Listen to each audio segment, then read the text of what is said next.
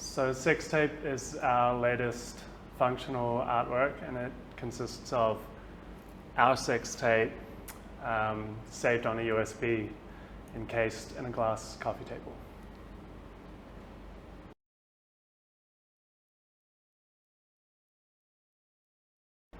Yeah, it's the most extreme extension of our relationship, brought completely into the public realm.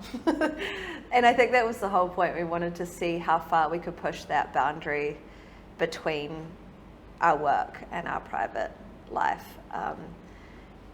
how far we could get and still feel comfortable, and how far we could get and still enjoy it. And yeah, Sex Tape took us to the edge. Yeah, I mean, we're sitting in our studio making a professional video, and this space is somewhat public, and yet our bed is like right there. Yeah, so like there's so very little of a division between public and private and what we do already. Yeah. And it's something we're really interested in. It's something that everyone experienced a little bit during COVID, was this work-life boundary thing that I think a lot of artists deal with that all the time, but we wanted to see just how far we can take blurring those boundaries.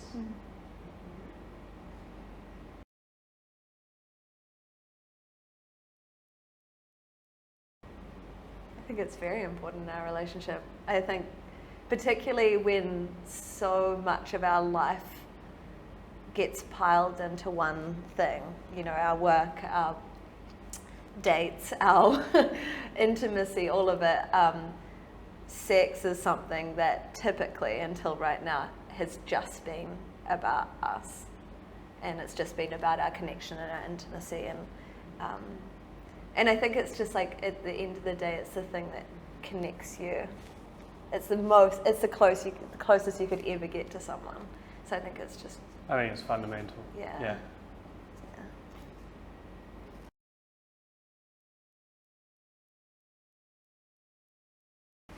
That's so interesting, because it's both. As you say, at the end of the day, whenever you film something, or even right now when you're sitting down and you're in an interview, you're going to speak differently than you would if you were just speaking to a friend. And so Sex Tape was that. And at the end of the day too, we create art, and we wanted to create something that was beautiful. So there was a level of it that was very considered. In saying that, we wanted it to be, without telling you too much, we wanted it to be real. We wanted actual sex to be in it. It is an actual sex tape and nothing less, but it's also an artwork. Like yes. The film itself, I think, like, if I'm allowed to say so, I think it's a beautiful thing. We wanted to do something we were proud of, right? And I think, and no one will see it, probably. And I think in that way, it is a very honest reflection of who we are. Like in all the work that we do, we try to strike this balance of deliberate, but also real. Yes. We're being honest about the fact that we're doing this deliberately with every decision we make with design or whatever. We're not pretending anything is accidental, but we're also very deliberately making it beautiful.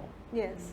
That was really important, actually. Like, to even something that will never be seen, anything that gets put out into the world with our name on it, we want to be beautiful. Yes. It's just, otherwise it shouldn't exist. And a component of that beauty is authenticity. It also has to be real in order to be beautiful.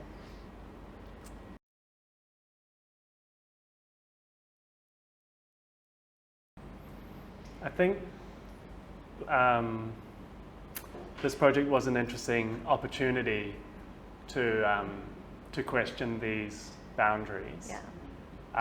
And going to such an extreme allows us to identify where the boundary is, and I think we definitely hit it. Yeah. We found the edge of what we're comfortable with. We were both very uncomfortable making this work.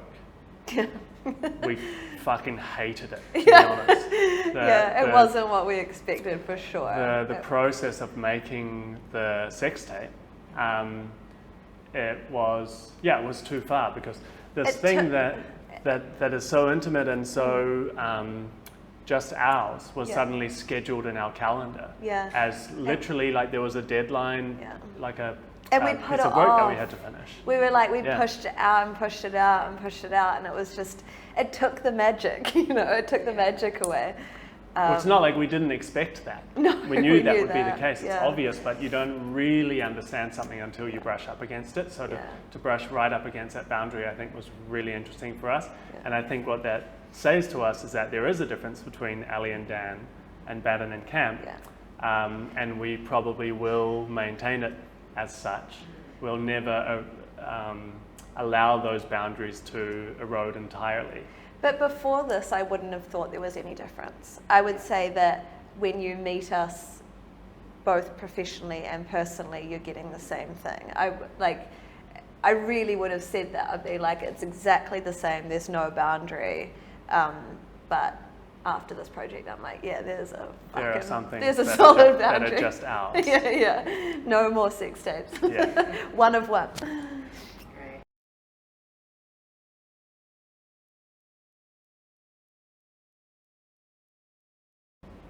Not consciously, not consciously. but perhaps subconsciously.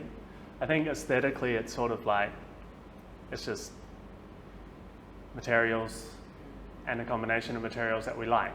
Yeah, it's kind of that simple, but maybe it does have a museum-esque feel to it. And maybe a lot of our work materialistically is quite cold. And it's I don't think it was deliberate, but it is interesting now to think about it, because you're really getting no hint of what is on that USB at all. Even looking at our work, it would be, I imagine, it'd be hard to imagine what the sex tape is going to look like, which is exciting. No hint, unless we had sex on this chair. We don't know. We may have. We were sitting at a cafe talking about this project, because we had actually gone in a different direction earlier on, as you know. And that earlier direction was more visibly about sex. And it just wasn't feeling right, like wasn't clicking. And then I think we were sitting in the cafe and just kind of talking about other options of how we could approach it. And I think that was, at that moment, Ali was like, almost as a joke, like, why don't we just film our sex tape and encase it in glass? And it was one of those moments where you're like, haha, oh wait, no, that's fucking good. Like, let's actually do that. And so we just kind of stuck with that initial intuition that I think you had in terms of what it should look like.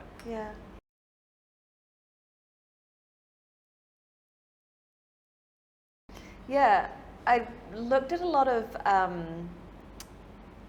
photography.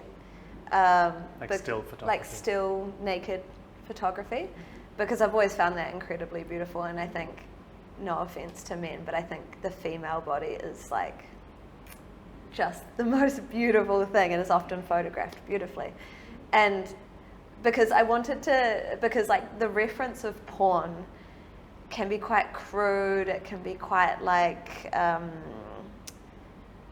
in my opinion, most porn isn't sexy. It's just sort of a means to an end. But photography is completely sexy. It's like you can read something that it's erotic. It's the same thing. So I wanted to look at that to find a way into this that felt empowering. And certainly from my perspective, as a woman potentially putting her body out into the world, I really wanted to create something together with you that I was really proud of and I felt empowered by.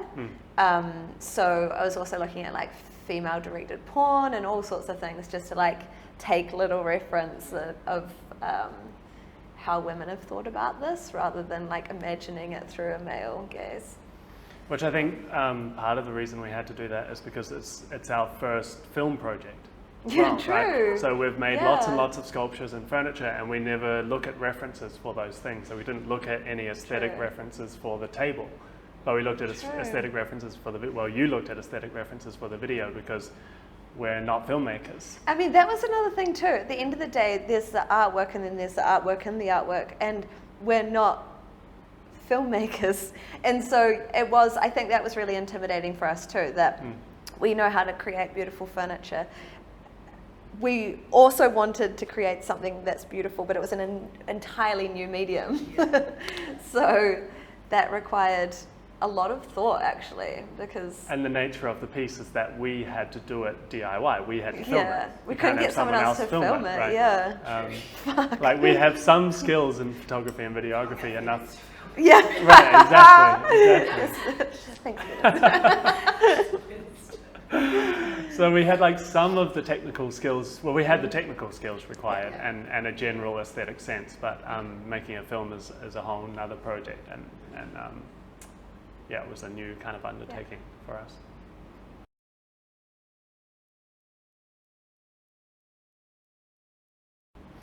I'm pretty comfortable to close this chapter, to be honest. Yeah. Like, I feel like very few of our works actually arrive at answers. Like, they are generally just questions, or like a start point, or just explorations.